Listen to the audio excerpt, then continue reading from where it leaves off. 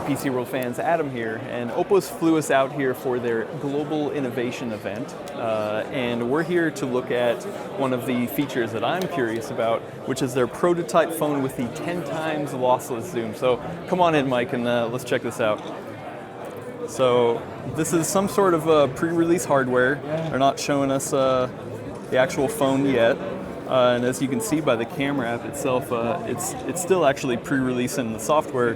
You don't really have any settings. You can't really do anything but zoom. Yeah, right. So one of the biggest things I want to look at here is how the OIS works, because when you're zooming in all the way to 10 times, you need a really, really good OIS. So as you can see, I'm kind of zooming in through the different focal ranges. Of course, you would have missed your shot by a long time by this point. I know, right? I'm sure there'll be a button on the regular phone that just jumps right to 10x. Hopefully, yeah. This is all pre-release, but I'm sitting here at 10x, so I'm going to take a photo here. And as you can see, I'm kind of wobbling the camera a little bit, because when you're at these really, really tight zooms, like, you need really good OIS. And you can see it's kind of fighting my hand a little bit.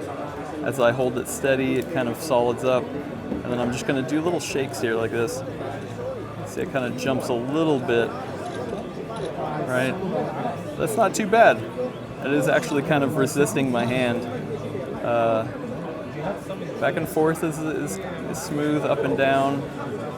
So they touted the abilities of the OIS in here, and it's got to be real strong, like I said. It's a dual OIS. Yeah, on the Prism itself and on the actual lenses. Sorry about the beeping. People are trying to walk away with the phone. They have them attached to these stands, and whenever someone moves too much, the alarm goes off. So obviously I can't judge too much about the photo quality here because I got nothing to compare it to. My biggest question is, and they didn't talk about this in the launch, is how does it work in low light?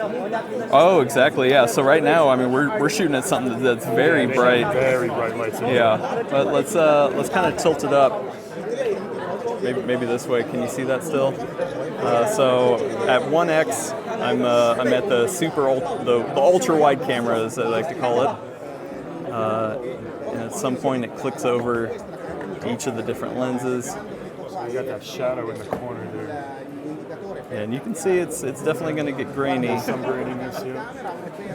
And it is struggling a little bit with focus. There's also, they say there's a software algorithm that works, so after you take it, there will be some cleanup that's done, like what we see on Samsung or Google and everybody else. Yeah, of course. But we don't know, again, it's not just pre-release, it's pre-quarter release. I mean, this is months away. Yeah, right. So the we actual, don't know what it's going to look like when it actually comes out on the phone. The final hardware and software to be determined. But you can see I'm moving my hand a little bit, and it's definitely, every once in a while it finds it and it locks in, even despite me kind of shaking. It seems a little more struggly than it was on the image right in front of you. Oh, definitely. Yeah, but of course it's going to work better in brighter images. So one of the last things I want to try is I'm going to come back here, and it looks like in this pre-release software it goes all the way to 20 times with the help of software. That's like a 10x zoom on a normal phone.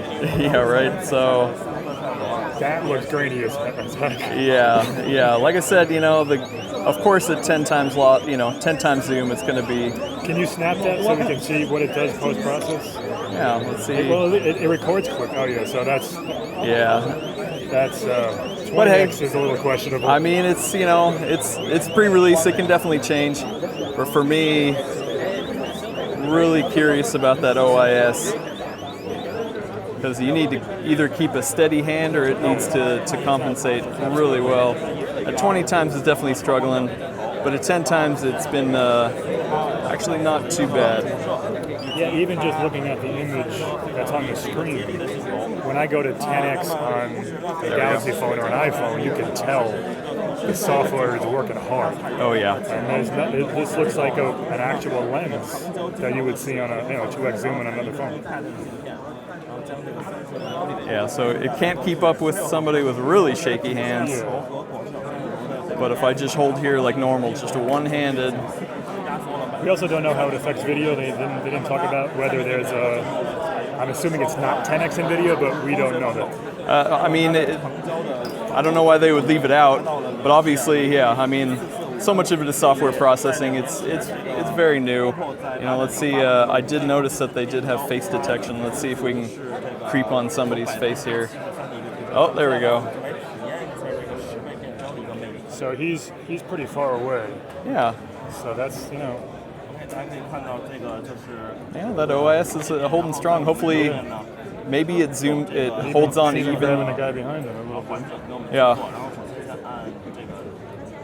So hopefully, at such lengths, the OIS keeps its end of the bargain for the people who don't have very steady hands. But if nothing else, the promise of dual OIS as a standard feature in smartphones going forward is solid. yeah, and hey, the promise of trying to get around the physics of a bigger camera module by placing it sideways and shooting through a prism is definitely a huge thing. So I'm excited to get one in, test it out, obviously put it in last cam standing. I mean, nobody else has a 10 times optical zoom out there right now, so this is kind of fun. So anyway, we'll be testing it further, and we've got more videos coming out from MWC, so keep it locked.